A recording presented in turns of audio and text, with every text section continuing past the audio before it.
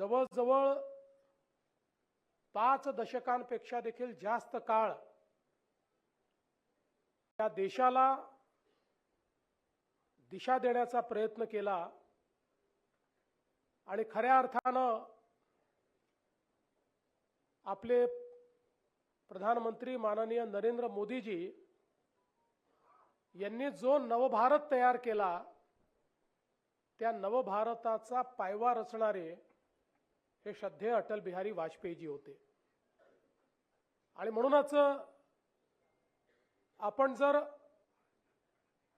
त्यांचा एकूण जीवनपट बघितला तर एक स्वयंसेवक म्हणून, एक पत्रकार म्हणून,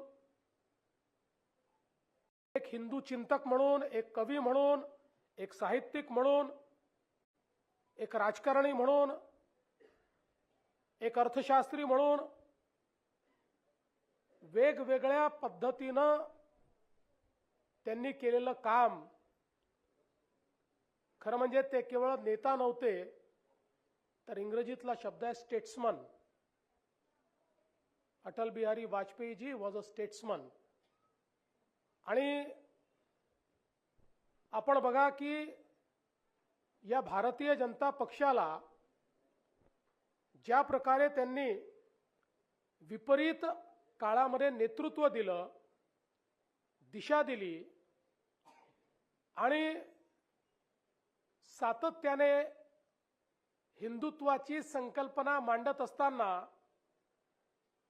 त्याचा जो व्यापक विचार आहे त्या व्यापक हिंदुत्वाच्या विचारापासनं कधी तडजोड ही अटल बिहारी वाजपेयीजींनी केली नाही। पहिल्यांदा ज्यावेळेस ते परराष्ट्र मंत्री बनले त्यावेळेस खऱ्या अर्थानं भारताचं परराष्ट्र धोरण जे अटलजींनी परिभाषित केलं आजही तेच धोरण महत्त्वाचं मानलं जातं। आजही तीच पद्धती आपण स्वीकारतो, किंबहुना मध्यंतरीच्या काळामध्ये ते धोरण बदलायचा प्रयत्न झाल्यानंतर आपल्याला कल्पना आहे की त्याचं नुकसान देखील भारताला सहन करावं लागलं। आणि म्हणून एक द्रष्टा अशा प्रकारचं व्यक्तिमत्व अटलजींचं आपण बघितलेलं आहे। खरं म्हणजे या देशामध्ये पंतप्रधान म्हणून त्यांनी केलेलं कार्य हे अविस्मरणीय अशा प्रकारचं आहे।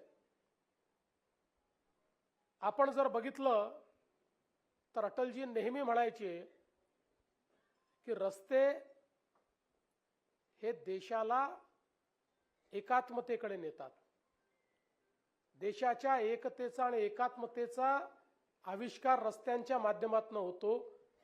आणि म्हणून या देशामध्ये पहिल्यांदा अटलजींनी हा निर्णय केला, पूर्व, पश्चिम, उत्तर, दक्षिण सगळ्या दिशा भारताला त्या ठिकाणी जोडलं पाहिजे।